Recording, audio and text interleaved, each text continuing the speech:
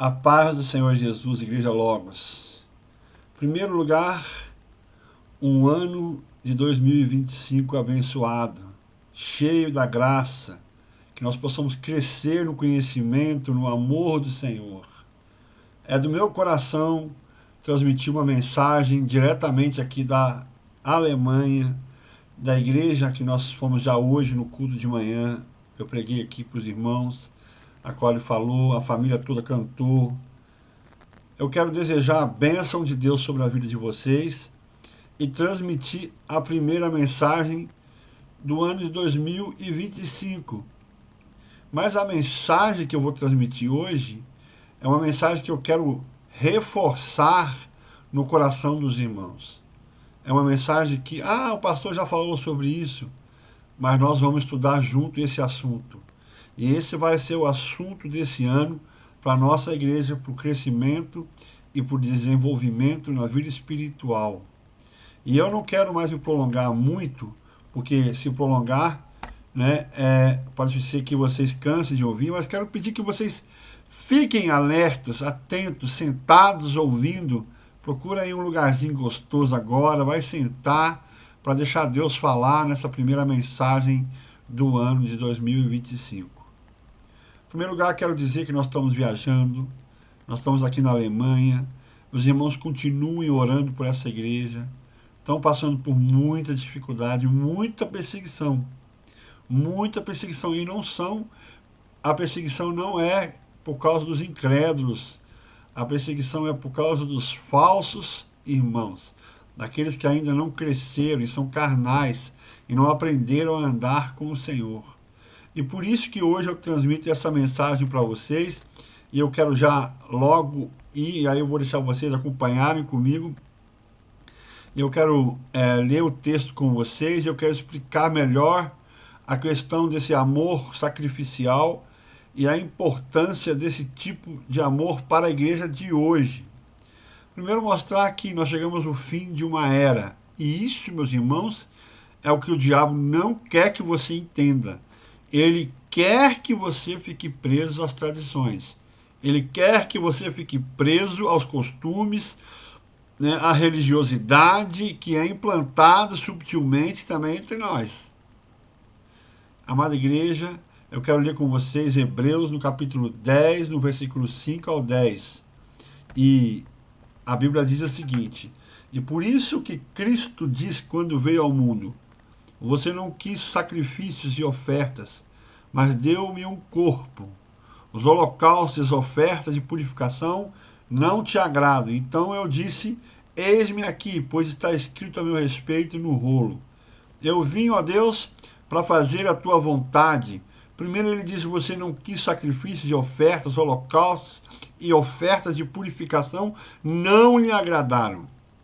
Com o que ele quer dizer, os sacrifícios oferecidos de acordo com a lei. Então ele diz: eis-me aqui, vim fazer a tua vontade, abolindo assim o primeiro para tornar eficaz o segundo. Com base nessa vontade fomos santificados de uma vez por todos, por meio do sacrifício do corpo de Cristo Jesus.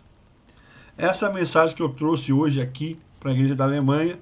Eu torno e vou reforçar ela aqui como a primeira mensagem desse ano. E antes de mais nada, o que está escrito aqui é que Deus não se contenta mais com os sacrifícios de animais.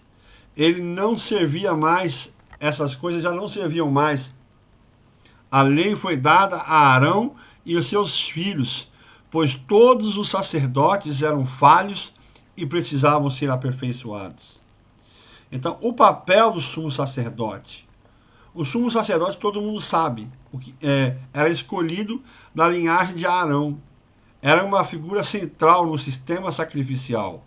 Ele era o único autorizado a entrar no Santo dos Santos uma vez por ano, no dia da expiação, para oferecer sacrifícios pelos pecados do povo. Isso você vai encontrar em Levítico 16. Agora, essa passagem de Hebreus explica que esses sacrifícios eram apenas uma sombra do que estava por vir. Isso é, uma sombra do sacrifício do Senhor Jesus Cristo. Então, o sacrifício de Jesus é apresentado como cumprimento final e também o cumprimento perfeito dos sacrifícios que Deus realmente queria que fossem feitos. E ao sacrificar o seu próprio filho, Deus não rejeitou o conceito do sacrifício, mas substituiu o sacrifício imperfeito e repetitivo do Antigo Testamento por um único sacrifício perfeito e definitivo. Então, o que quer dizer isso? Que Deus substituiu aqueles sacrifícios cansativos do Antigo Testamento e substituiu por um sacrifício perfeito e definitivo. Portanto, a passagem de Hebreus é que Deus ele não deseja mais os antigos sacrifícios. Deus não quer mais isso. Por quê?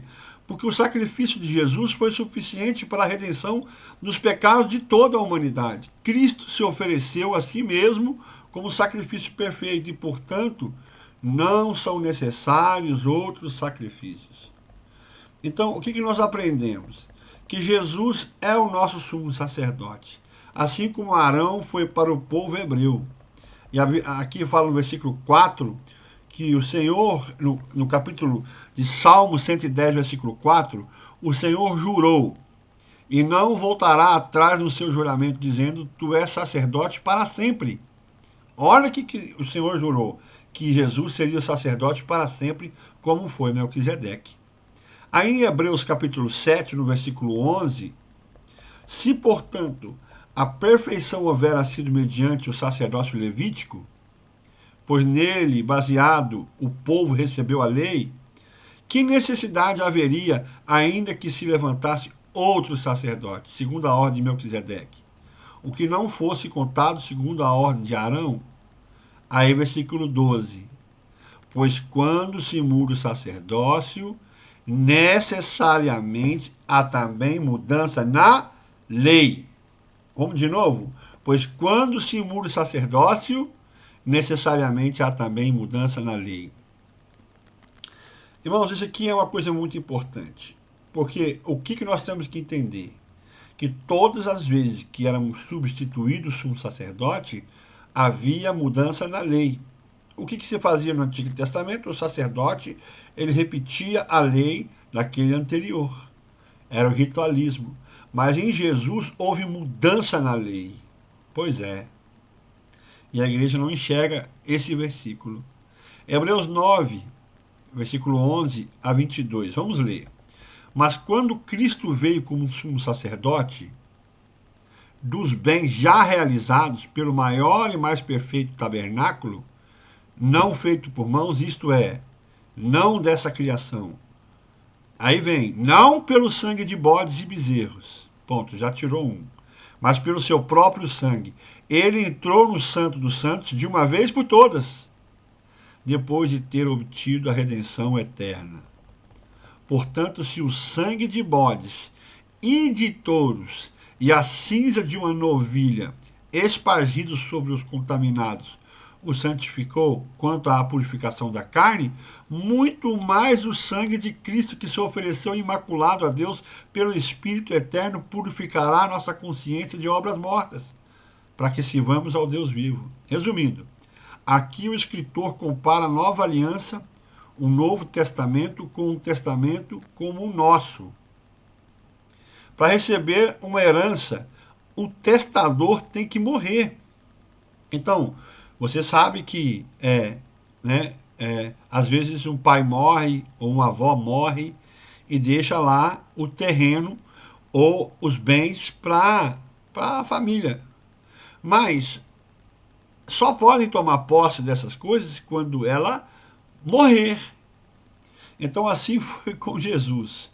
Precisou ele morrer para que a gente pudesse ter acesso àquilo que é novo. Aquilo que é novo. Então, para receber uma herança, o testador tem que morrer. Da mesma forma, a nova aliança tem valor para a nossa eternidade com Deus somente quando o testador morre. E Jesus morreu. Ele morreu para assinar com o seu sangue a união, a nova aliança. Por isso que a gente comemora a Santa Ceia e vocês vão comemorar semana que vem. Por isso mesmo, ele é o mediador da nova aliança. Versículo 15. De modo que quando a morte intervém para o perdão das ofensas que estavam sob a primeira aliança, aqueles que são chamados recebam a promessa de uma herança eterna. Pois onde houver testamento, a morte do testador deve ocorrer, pois o testamento só é confirmado no caso de falecido, uma vez não tem força de lei enquanto o testador viver. Versículo 18. E é por isso que nem mesmo o primeiro pacto foi ratificado com sangue, porque, pregando Moisés a todo o povo todos os mandamentos segundo a lei, tomou o sangue dos novilhos e dos bodes, com água, lá, escarlate e isopo, e aspergiu não só sobre o próprio livro, mas também sobre todo o povo. Versículo 20. E ele disse: este é o sangue da aliança que Deus prescreveu para você. Versículo 21.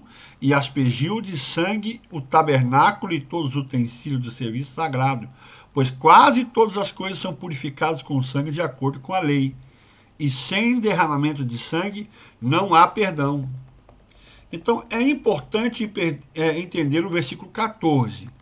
Ele diz: muito mais o sangue de Cristo, que se ofereceu a si mesmo imaculado a Deus pelo Espírito eterno, purificará a nossa consciência das obras mortas para que sirvamos ao Deus vivo.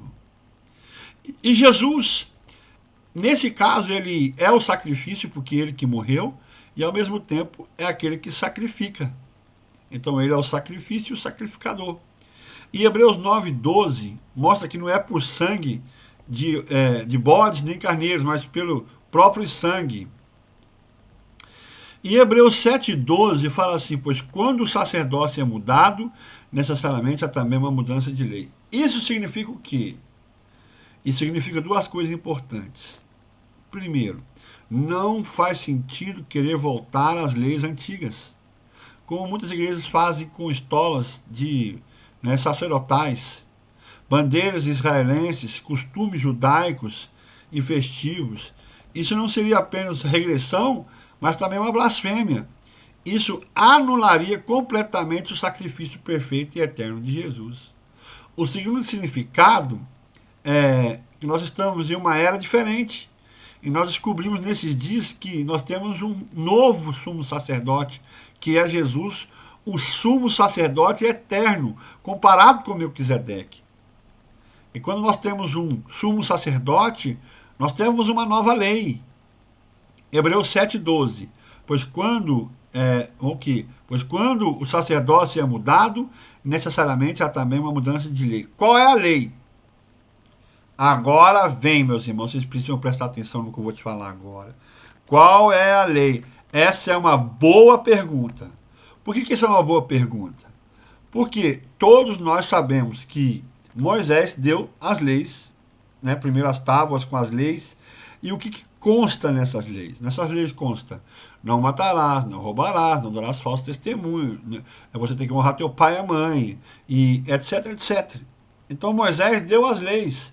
Mas essas leis, elas não são para os convertidos, elas são para os pecadores, para aqueles que transgridem a vontade de Deus, para aqueles que cometem essas coisas. Porque se você não roubar, se você não mentir, a lei caducou para você. Então, até a nossa conversão, nós estamos ainda na lei antiga, na lei de Moisés, debaixo da lei, debaixo de condenação. Agora, quando você se converte, quais são as leis depois da conversão? Quais são as leis do novo sumo sacerdote?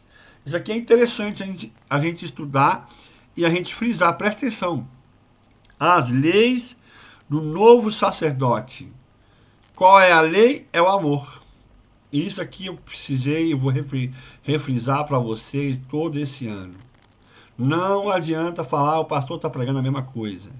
Enquanto isso não for entendido na nossa casa, nós não vamos parar de falar isso. Nós vamos ensinar até que a cabecinha das pessoas sejam esclarecidas e com isso também você consiga viver essa nova vida em Jesus. Amém? Então, a nova lei é o amor. Que amor?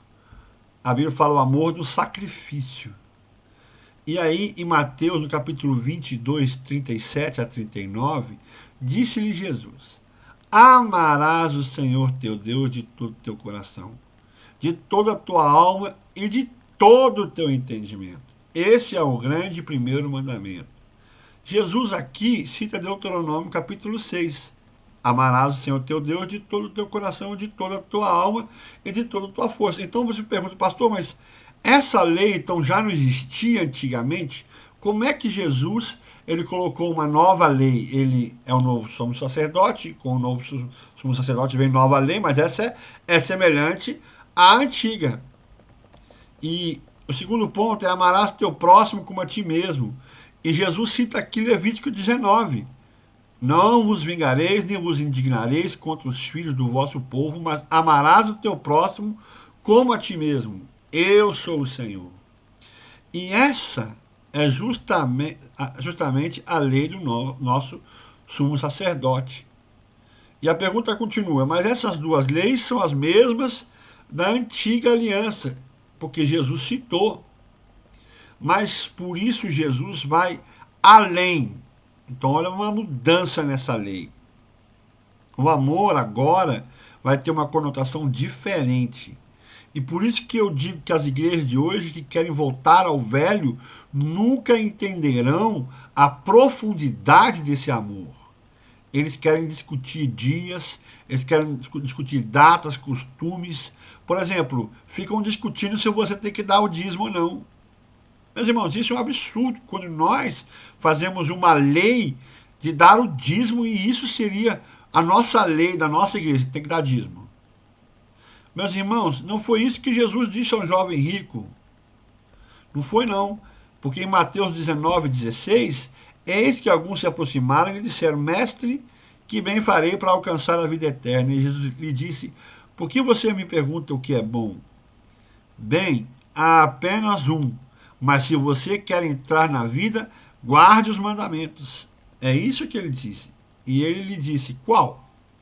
Jesus então respondeu, não matarás, não cometerás adultério, não furtarás, não dirás falso testemunho, honra teu pai e tua mãe, amarás o teu próximo como a ti mesmo. Bom, então Jesus citou as leis de Moisés.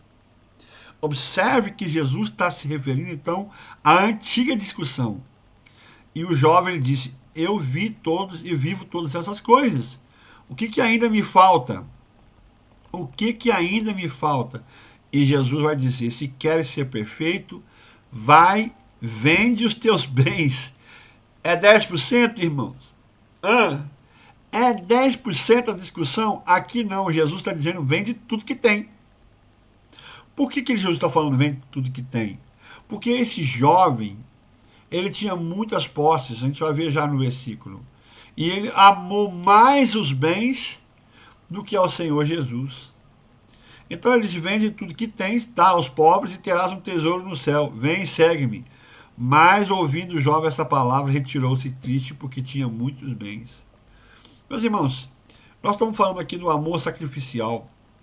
E já Jesus vai estabelecer um novo padrão de amor que vai além do simples cumprimento da lei. Como no mandamento anterior, amarás o teu próximo com a ti mesmo. De Levítico 19, 18. A lei do amor é muito mais elevada do que os pensamentos. E aí nós vemos isso em João, no capítulo 13, versículo 34. Ele diz, um novo mandamento vos dou. Então veja que o nosso sumo sacerdote nos deu um novo mandamento, uma nova lei. Um novo mandamento vos dou, que vos ameis uns aos outros, como eu vos amei. Aí é muito mais elevado, meus irmãos, que também vos ameis uns aos outros. Nisto conhecerão todos que sois meus discípulos, se vos amardes uns aos outros. Pronto, igreja. A igreja agora será reconhecida como discípulo de Jesus pelo amor sacrificial. Que tipo de amor é esse? E aí eu já falei para vocês, eu preciso começar com que o amor não é. Esse amor não é eros. Como que sabemos? Não é? Nós sabemos que o amor eros, a palavra erótico, eros, erótico, é um amor egoísta, meus irmãos.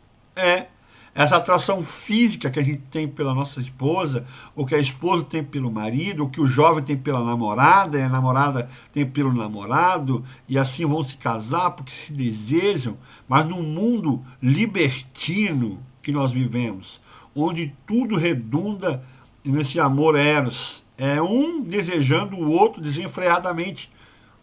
A atração física entre pessoas, um amor fracassado. Pode ver no mundo as músicas que eles fazem, quantas músicas sertanejas vocês escutam que falam de um amor bem-sucedido. Poucos, nenhum. É tudo música de sofrência. Por quê? Porque é um amor fracassado. E eles cantam de um amor que eles não entendem. Um amor muito superficial, muito terreno, muito mundano. E esse amor ele tem tempo para começar e para terminar. Esse amor eros só serve para satisfazer o ego e o orgulho próprio. É que pensa em seus próprios interesses sexuais. Então, eu quero só dizer que não é pecado sentir atração física, viu, meus irmãos? Antes que você pense, pô, então, né? Não. Mas você deve saber que o amor é falho e morre um entre outro quando o amor que ele tem desaparece. Ainda tem o amor filéu. Esse amor foi mencionado na Bíblia quando Jesus chorou por Lázaro em João 11:36. É um amor que você, por exemplo, tem na sua família, entre mãe e filha, entre filha e mãe, entre irmãos, entre pais, entre amigos do trabalho. É uma forma de um carinho. E você decide ser leal e também demonstrar afeto a alguém próximo. Então deve-se dizer que. Deixa eu só achar aqui de novo.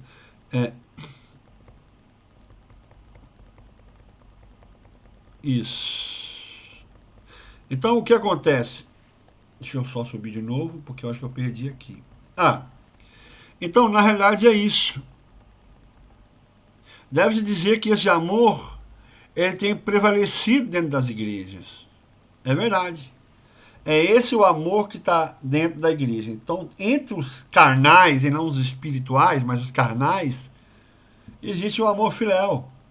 Você chega na igreja, você abraça sua irmã, você abraça seu irmão, você beija, você está em grupos, você tem grupinhos na igreja, você tem uma pessoa que você ama, gosta mais, e você é mais amigo. Esse amor é o filéu. Esse amor, eu posso dizer que ele é um amor comum, do bom senso, do bom respeito, da preocupação com o pobre, com o necessitado, com aquele que está em hospitais. Esse amor filéu é o que move a igreja hoje. É verdade. Então, a igreja faz caridade, faz boas obras. Mas eu preciso dizer uma coisa triste, meus irmãos. Eu preciso dizer uma coisa triste para vocês. A igreja desaprendeu o amor. Ela desaprendeu o amor verdadeiro. Ela não aprendeu. Por ganância. Porque achamos que vamos perder se nós demos tudo. E você fica segurando aí, né? A sua vida nas suas mãos, achando que você é dono. Meus irmãos, se você tem as suas riquezas e você constrói em cima delas o seu coração, basta te acontecer uma coisa e você vende tudo que tem para pagar. Amados, amados, preste atenção no que eu estou falando. A Bíblia fala para a gente não amar o dinheiro e nem amar sordidamente as riquezas. É verdade. Porque as pessoas estão na igreja, mas quando elas sabem que tem que deixar tudo, elas ficam tristes como o jovem rico. Agora, o amor sacrificial da nova lei, amar o próximo como Jesus nos amou, requer um espírito correto. Então ela começa a instalar-se em nós no momento da nossa conversão. É tornar-se uma nova criatura em Cristo. O amor só pode ser verdadeiro na vida daqueles que querem seguir Jesus em sua morte e ressurreição e viver com a mesma missão que Deus lhe deu. Olha o que eu estou falando. O amor só pode ser verdadeiro na vida daqueles que querem seguir Jesus. Como que eu sigo Jesus? Não é numa estradinha fora, né?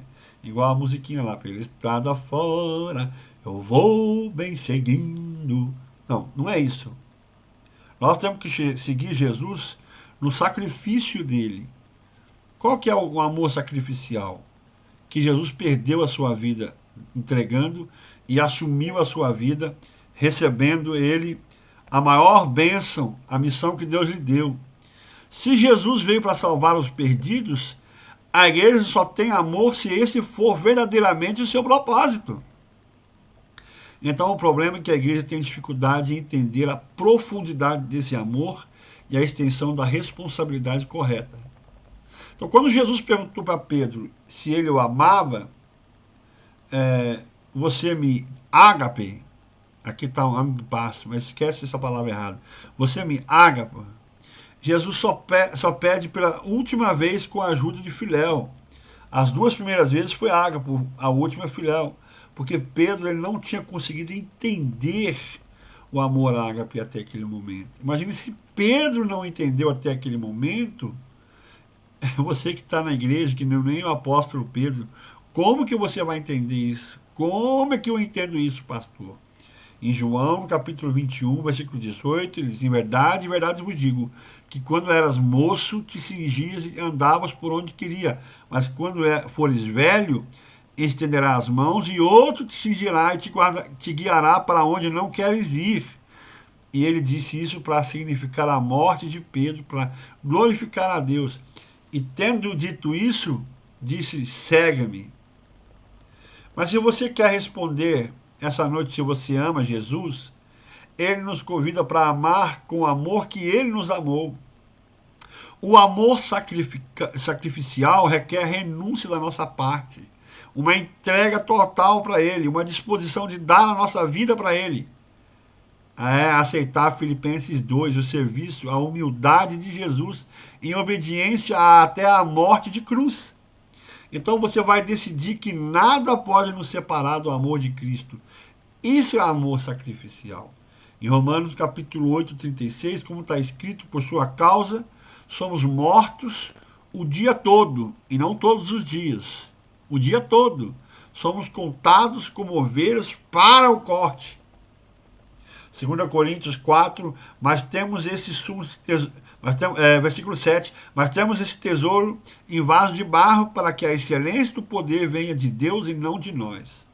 Em todas as coisas somos atribulados, mas não contristados, desnorteados, mas não desanimados, perseguidos, mas não desamparados, abatidos, mas não destruídos, levando sempre a morte de Jesus no corpo, para que também a sua vida se manifeste no nosso corpo. Pois nós que vivemos estamos sempre entregues à morte por amor de Jesus, para que também a vida de Jesus se manifeste em nossa carne mortal, assim a morte opera em nós, mas a vida em nós. Aqui está o segredo. Como que você vai conseguir isso? Você não consegue isso de você mesmo. Você não pode decidir de você mesmo agora, eu vou amar com ágape, porque o sacrifício seria grande demais. Exigir você perder tudo é um sacrifício que nós não temos condição de pagar, porque significa que eu tenho que morrer espiritualmente. Mas Jesus morreu no meu lugar. Então veja o que está dizendo aqui. Se nós que vivemos estamos sempre entregues à morte por amor de Jesus, para que também a vida de Jesus se manifeste, então tem que se manifestar uma coisa em mim, na nossa carne mortal. Amém, igreja? Então, o segredo está, se você quer amar com o amor que Jesus estava dizendo na sua nova lei, é ele que tem que estar na sua vida manifestando esse amor. E você só pode fazer isso se você tiver uma comunhão íntima com ele, buscando isso. A igreja tem que entender que não se pode amar e segurar as suas mãos todas as coisas dessa vida. Você tem que desistir. E você tem que agora tomar uma decisão. E Jesus usa ágape em João 13, 34, quando ele usa ágape, amar como ele nos amou. E ágape é o amor sacrificial. Em Mateus 16, 24, então Jesus disse aos seus discípulos, se alguém quer vir após mim, negue-se a si mesmo. Tome a sua cruz e siga-me. Pois quem quiser salvar a sua vida, perdê-la-á. Quem perder a sua vida por minha causa, achá-la-á. Pois que aproveita o homem ganhar o mundo inteiro e perder a sua alma? O que dará um homem em troca da sua alma? 1 João, no capítulo 3, versículo 16.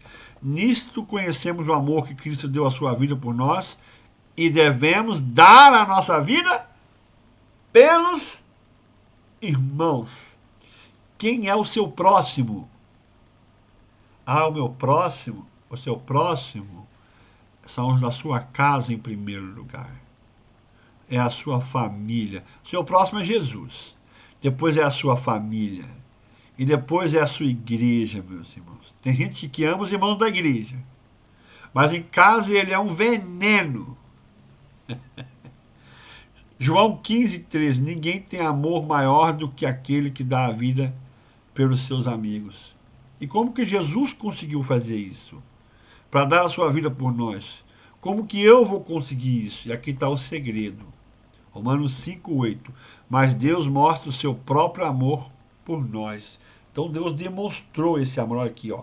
Esse é o amor que eu tenho. É como se ele pegasse, né? Esse é amor. Eu estou mostrando para vocês que quando vocês ainda eram pecadores, eu já tinha amado vocês.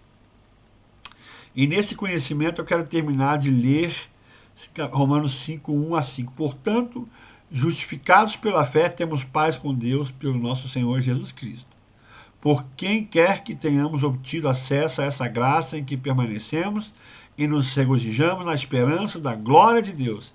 E não somente isso, mas também nos alegramos em nossas tribulações, sabendo que a tribulação produz perseverança, e a perseverança, experiência, a experiência, esperança. Ora, a esperança não decepciona, pois o amor de Deus, meus irmãos, é o quê? Derramado em nossos corações pelo Espírito Santo que nos foi dado. Aleluia! Então, o amor ágape, o amor do sacerdote, do sumo sacerdote, da nova lei, que é amar como Jesus nos amou, você não busca ele no mercado, você não pratica ele na sua casa, vou agora, não. Você tem que estar no cerne da vontade de Deus. Você tem que estar junto com a igreja, buscando a presença do Senhor Jesus. Esse amor vem de cima. Esse amor vem lá de Deus para nós. Não é uma coisa que é fabricada aqui na terra, porque o homem aqui não entende esse amor. Mas nós que somos filhos de Deus recebemos esse amor que vem de cima. Então, nenhum outro lugar esse amor é recebido. Não.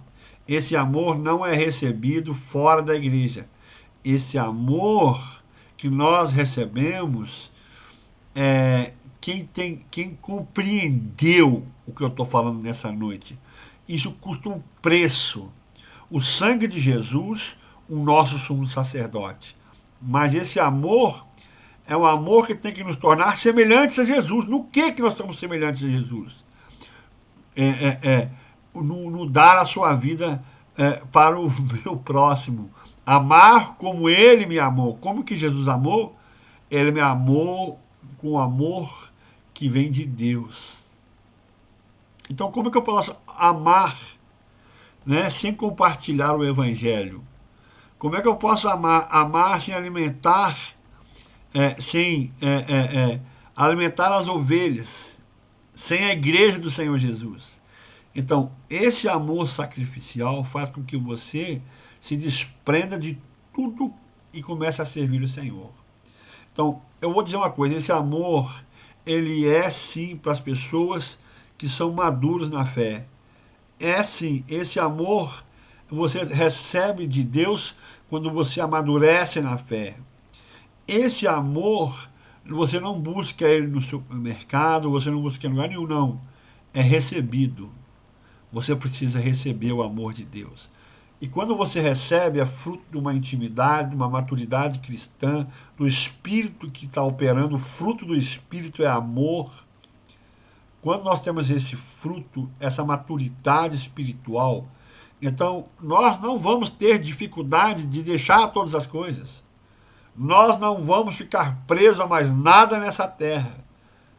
Porque a gente sabe que tudo isso não satisfaz é um amor passageiro, é beber de uma fonte que dá sede de novo. E a mulher samaritana bebe de Jesus e nunca mais terá sede, é isso que ele disse. Então, se você quer se desprender, não é ritualmente. Aqui na Alemanha, uma mulher me fez uma pergunta. Ela, pastor, o senhor falou muito bem sobre o amor, mas eu não consigo perdoar. E o que falar então do perdão? Aí eu virei para ela e falei assim, irmã, não tenha pressa em perdoar as pessoas. Aí todo mundo ficou com o olho grande. Eu falei, porque a igreja fica te empurrando. Você tem que perdoar. Você tem que perdoar. Porque se você quiser ser crente, você tem que perdoar. Meus irmãos, às vezes você não está pronto para perdoar alguém. Até isso é um processo. E às vezes nós temos que dar tempo para a pessoa poder perdoar alguém. E faz parte da maturidade cristã, do desenvolvimento do conceito do amor verdadeiro. Agora, a igreja fica empurrando, você tem que dar dízimo, você tem que fazer isso, tem que fazer aquilo, e você tem que perdoar. Eu disse assim, olha, Deus ele quer perdoar todo mundo, mas nem todo mundo quer ser perdoado. E a pessoa que não quer ser perdoada, Deus vai perdoar? E ela disse, não. Eu falei, então Deus também não perdoa todo mundo. Mas a igreja ela fica te empurrando para o legalismo. Você tem que perdoar, você tem que perdoar, você tem que perdoar, perdoar, perdoar. Mas isso eu não estou pronto para perdoar, isso eu não consigo perdoar. Então eu descanso no Senhor. Porque vai chegar uma hora que isso vai ser parte da minha maturidade cristã e eu consigo perdoar quem me entristeceu, quem pisou em mim, quem fez um mal a mim. Mas isso faz parte do coração na presença do Senhor. Então, todas as coisas que nós recebemos, a Bíblia diz que todo dom perfeito vem do Pai das luzes, vem de cima. Então, eu quero mostrar que até esse amor sacrificial não é uma coisa que você tem que buscar o amor, você tem que buscar o Senhor. Uma intimidade com Deus. A santidade é a mesma coisa. Todas as coisas são pela fé. O justo viverá pela fé. Então, o amor sacrificial é o mesmo amor de Deus que ele tinha antes da criação. Deus criou a sua imagem e semelhança. O amor sem sacrifício é inútil.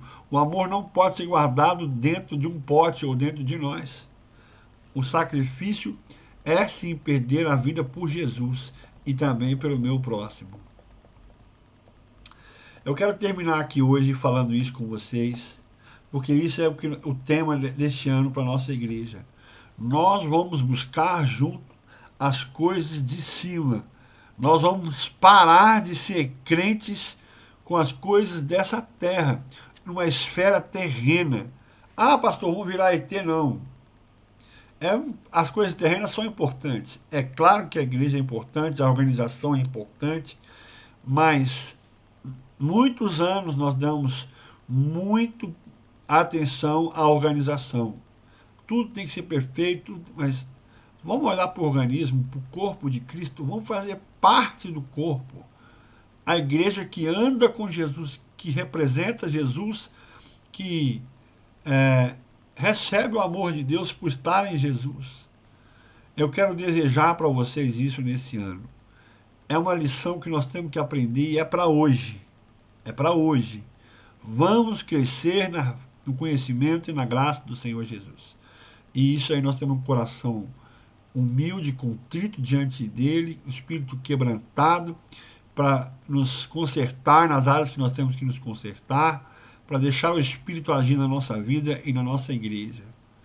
Eu tenho certeza que hoje Deus falou com o seu coração. E eu estou aqui ainda. Fiz uma cirurgia desse olho. E eu estou vendo maravilhosamente bem, meus irmãos. É um milagre mesmo a tecnologia de hoje. E ainda estou esperando para fazer a cirurgia desse olho. Eu só vou voltar para o Brasil quando eu estiver operado. Eu espero que eu consiga agendar isso para o final desse mês e ir embora no dia que eu marquei. Mas eu tenho certeza, igreja, disso que eu estou falando, que Deus nos deu um tempo para enxergarmos o reino dos céus, o plano eterno de Deus, o propósito de Deus com a humanidade. E mais do que nunca meus olhos se abriram para enxergar isso, e é isso que eu vou pregar e vou ensinar para vocês. Quero agradecer a você por ter ficado comigo até agora e quero fazer uma oração por você. Feche seus olhos onde você estiver. Senhor Jesus, eu quero te agradecer pelo amor sacrificial que o Senhor teve por nós. de ter dado a vida por nós. Mas, ao mesmo tempo, eu quero pedir que o Senhor nos ajude nesse entendimento, no crescimento dessas coisas, para que o teu Espírito tenha liberdade de agir no meio da tua casa, no meio do teu povo, para que possamos desenvolver a nossa salvação. Quero pedir uma bênção especial por cada membro da Igreja Logos de Brás Cubas. Senhor, põe a tua mão sobre a vida de todos os irmãos, que ninguém se perca, que não haja ninguém voltando para o passado, para o ritual ou para o ritualismo, debaixo de um jugo. Senhor, que não haja entre nós heresias, divisões, contendas. Senhor, eu oro por nossa igreja, eu oro por todos que estão enfermos, que estão se recuperando, pessoas que estão passando por problemas, que trouxeram problemas do ano passado, que estão passando por necessidade, por dificuldade, às vezes na vida espiritual. Senhor, põe a tua poderosa mão, abre o caminho, abre os olhos, nos leve para cima junto contigo nesse monte Sião. Pai, eu quero te pedir, em nome de Jesus, que tu abençoe a Igreja Logos em 2025. Abençoa as mensagens, os estudos, as almas, as pessoas que vão receber a tua palavra. Nós entregamos tudo isso nas tuas poderosas mãos. Eu entrego 2025 na tua presença. E o Senhor sabe a minha ansiedade por voltar para a nossa casa, por voltar para a nossa igreja, para reencontrar os meus irmãos. Eu oro para que o Senhor os guarde nesses dias, Senhor, onde o mundo está disperso. Eles falam em Jesus e falam de Deus, mas não te conhecem de fato, porque ainda estão com os pés aqui na terra e não enxergam o reino dos céus. Quero te pedir isso, Senhor, que tu nos dê olhos da fé, assim como o Senhor deu para João, naquela visão de Apocalipse. Mostra-nos o teu reino, a nossa esperança, a glória eterna do Senhor Jesus. Assim eu entrego todos nas tuas mãos, pelo poder do nome de Jesus. E toda a igreja diga amém, amém. Meus irmãos, hoje aqui, muito frio, nevou hoje pela primeira vez, estamos com neve, temos que andar bem devagarinho, estamos praticamente a 800 quilômetros de distância do lugar que a gente está morando aqui na Holanda. Essa semana a rapaziada já vai embora, já viaja, domingo já tem culto com todo mundo aí, e brevemente Core e eu estaremos junto com vocês de novo. Um abraço também do pastor Henrique, um abraço de todos nós para vocês, um bom começo, que aprendamos a amar sobre a lei do sumo sacerdote Jesus. Um beijo no coração de vocês todos. Amo vocês. Até breve. Tchau, tchau.